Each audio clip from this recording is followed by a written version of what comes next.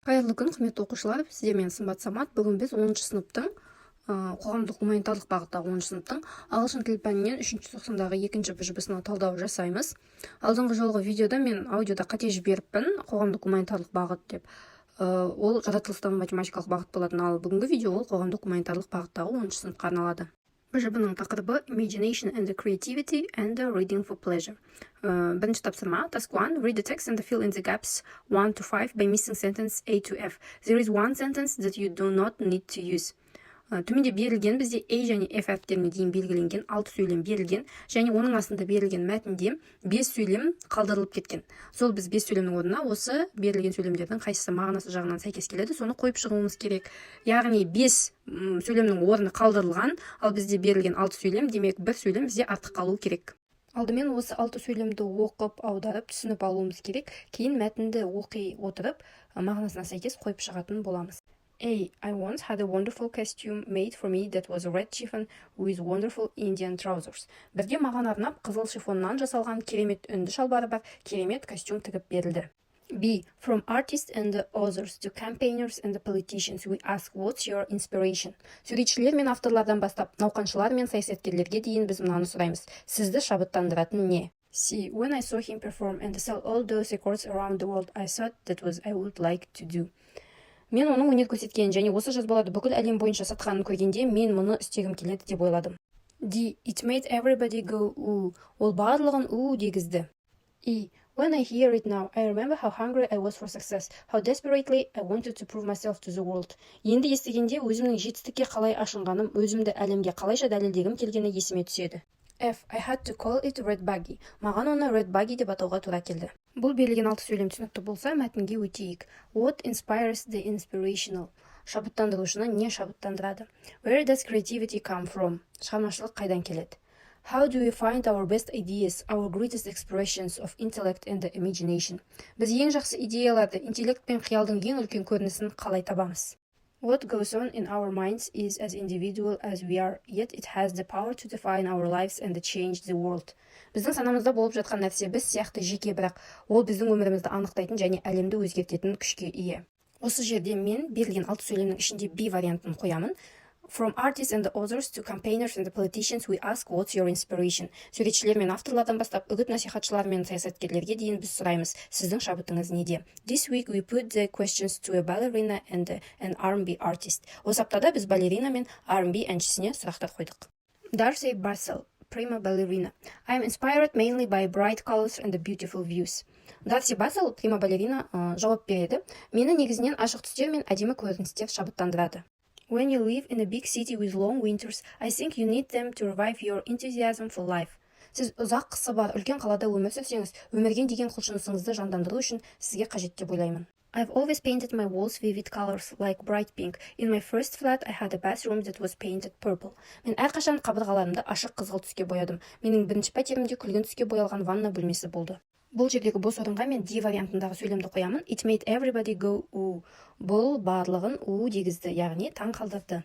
My mother was into colors and loved to mix them. Анам түстерді ұнататын және оларды араластырғанды жақсы көретін. I particularly love red and pink together, although the combination can appall some people. Мен қызыл түстерді жақсы көремін, бірақ бұл комбинация кейбір адамдарды таң қалдырады.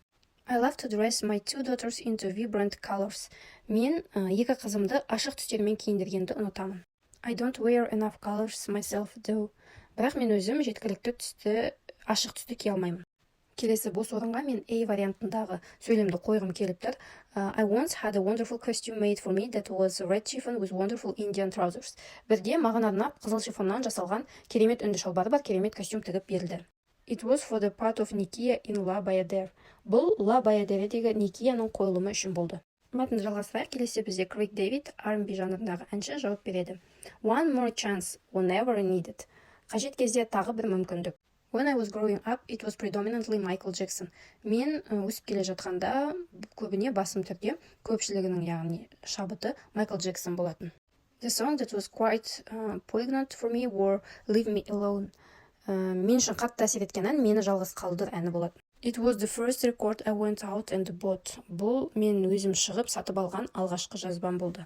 Осы жердегі бос орынға мен C вариантындағы сөйлемді қоям мағынасына сәйкес. When I saw him perform and sell all those records around the world, I thought that was I would like to do.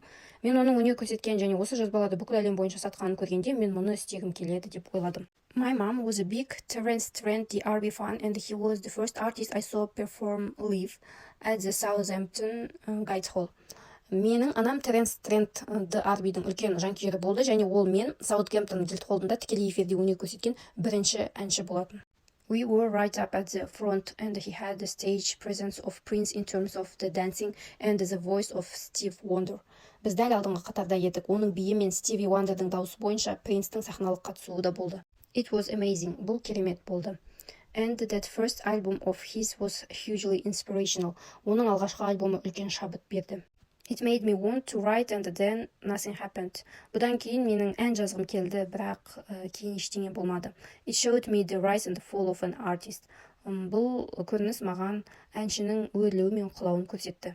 Now when I'm looking for inspiration for a song, I'll often play One More Chance by The Notorious Big.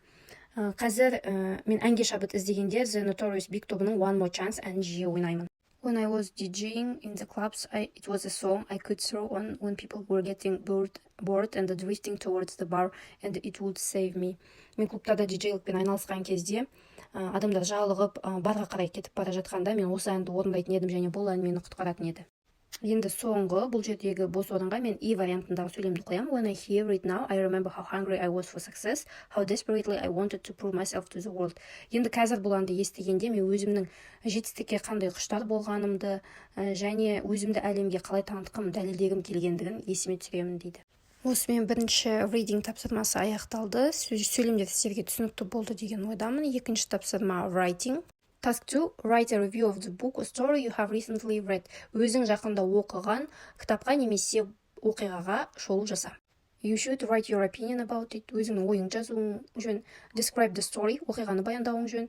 Describe the main character's actions. Басты кейіпкерлердің іс-әрекеттерін сипаттағаның жөн. Use a range of adjective forms, compound adjectives, comparative and superlative adjectives to describe the setting, details, emotions and the feelings.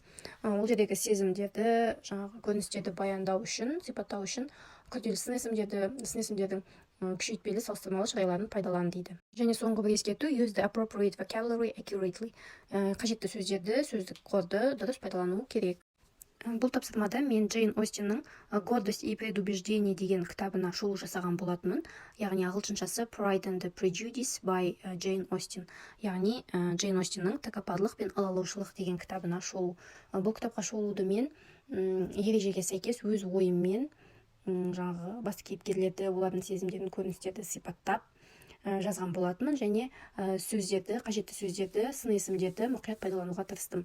Бұл тапсырмада сіздер кез келген басқа өзіңіз жақында оқыған немесе өзіңіздің сүйікті басқа бір шығармаңызға шолу жасауыңызға болады. Менікі тек сіздерге мысал ретінде көрсетілген. Және бұл мәтінді мен қазір оқып сіздерге аудармаймын. Видеода қалдырамын, өзіңіз тоқтатып жазып қарасаңыз, оқып қарасаңыз болады. Ал қазақша аудармасын видеоның описаниясында қалдырамын. Осымен БЖБ-ға талдау аяқталды. Сіздерге пайдалы бола алдым деген үміттемін. Егер видеоны лайк басып, каналға тіркелуді ұмытпаңыздар. Алда тағы басқа БЖБ-ларға талдаулар болады.